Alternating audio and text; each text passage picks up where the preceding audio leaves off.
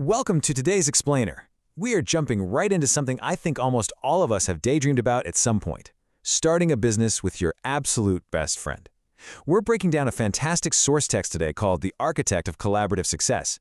It's essentially the ultimate blueprint for merging your talents with a close friend to achieve massive professional success without, completely ruining the personal bond you share.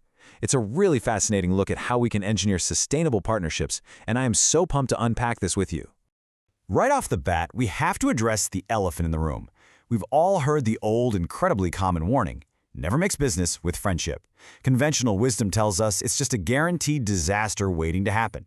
But, our source material completely challenges that assumption. It asks the tough question: can best friends actually do business together?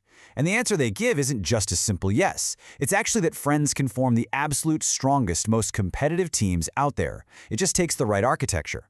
If you throw it together haphazardly, yeah, for sure it's going to collapse. But if you design it meticulously, it can weather literally any storm. Okay, let's dive into this architectural blueprint. We're going to walk through 5 distinct phases of construction today. 1, the foundation, which is all about trust and vision. 2, operations, covering roles and finances. 3, resilience, dealing with conflict and support. 4, balance, managing the friendship versus business dynamic. And finally, 5, the future, focusing on long-term strategy. Let's start right at the ground floor with Phase 1, foundation, trust and vision. Think about building a house. You wouldn't put up walls on a swamp, right? A collaborative venture needs a load-bearing foundation to survive. Long before you sell a single product or sign a single contract, you have to establish what the text calls collaborative success. This is the merging of your deep emotional bonds with your ambitious professional goals. It isn't just about making a quick buck, it's about mutual growth.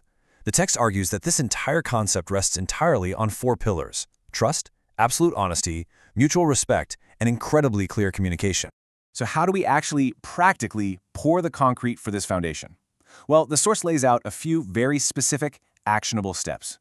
First, establishing shared goals. You both need to be staring at the exact same horizon. Next, practicing absolute honesty. This stops resentment from festering in the dark. Then, ensuring mutual respect, meaning you value each other's input equally. And finally, maintaining clear daily communication, which makes sure there are absolutely zero assumptions, because in business, assumptions are the cracks in your concrete. With our foundation firmly poured, we move to Phase 2, operations, roles, and finances. This right here is the structural framework of the partnership. It's where we figure out exactly who does what. By doing an honest audit of each other's capabilities, you avoid stepping on each other's toes. Let's say one of you is incredible at sales and big-picture vision, while the other is super detail-oriented and handles operations perfectly. You're not duplicating your efforts here. Instead, you're creating a massive competitive advantage because your skills complement each other. This is that magic moment where an abstract friendship transforms into a highly functional enterprise. And then, of course, we have to talk about the money. A 50-50 financial split isn't just about dividing profits down the middle. It's really the ultimate proof of transparency and equal commitment. The source text makes it extremely clear that financial transparency is the structural reinforcement of your business. If dividing up your daily tasks is the framing of the house, then financial honesty, that's the steel beams keeping the whole thing from collapsing under the weight of paranoia.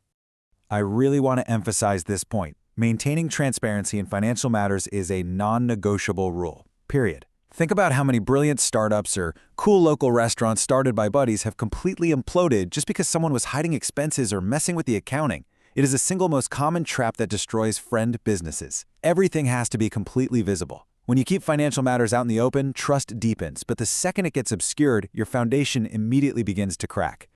That naturally brings us to Phase 3, resilience, conflict, and support. So the structure is built, but now the weather rolls in. Every business, no matter how great, is going to face storms. When disagreements happen and start stress testing the partnership, you need a game plan.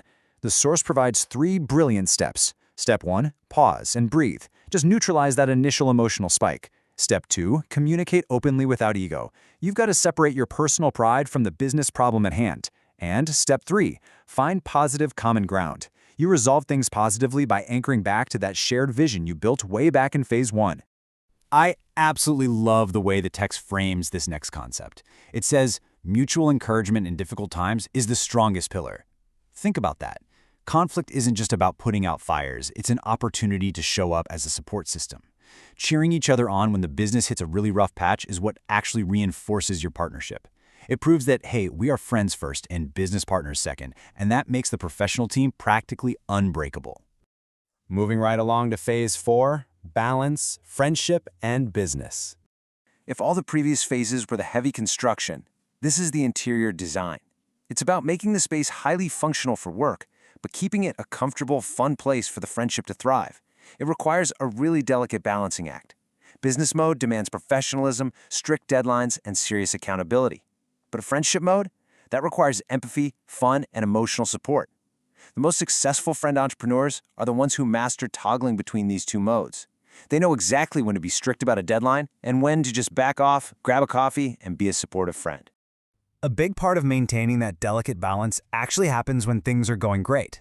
When the business succeeds, sharing the credit equally is absolutely paramount to keeping egos in check. The rules are simple but crucial. Celebrate your milestones together. Actively attribute the big wins to the team effort, not just one person's individual genius. Publicly acknowledge what the other person brought to the table. Making sure nobody feels left in the shadows is exactly how you preserve that personal friendship, even when you're experiencing massive professional success. And finally, we enter phase 5, the future, long-term strategy. This is where we put the roof on our structure and look at how to maintain it for the long haul. Because launching a business is one thing, but sustaining it indefinitely is another beast entirely. It all builds on itself over time. You start by establishing trust in the foundation phase. That trust gives you the confidence to execute your roles during the growth phase. When challenges inevitably pop up, your resilience helps you overcome conflict. And all of that culminates in long-term success. But a quick warning from the text here, this is a living system. You have to continuously maintain it by revisiting those shared goals and checking in on your communication if you want to stay successful. As we wrap up this structural analysis, we come full circle to the inspiring core truth of our source material today. Two friends really can build a phenomenally strong team together. When you execute this correctly, merging deep personal trust with highly structured professional operations, it creates a kind of synergy that traditional buttoned-up business partnerships can rarely match. True collaborative success doesn't just enrich your bank account, it enriches your personal bond too. Which leaves us with one final thought to chew on based on everything we've covered today. Take a moment to look at your own relationships. Look at the people you trust the most in this world. And ask yourself, are you ready to build your blueprint? Are you ready to engineer your ultimate competitive advantage? Thank you so much for hanging out with me for today's explainer. Keep learning, keep building, and I'll catch you next time.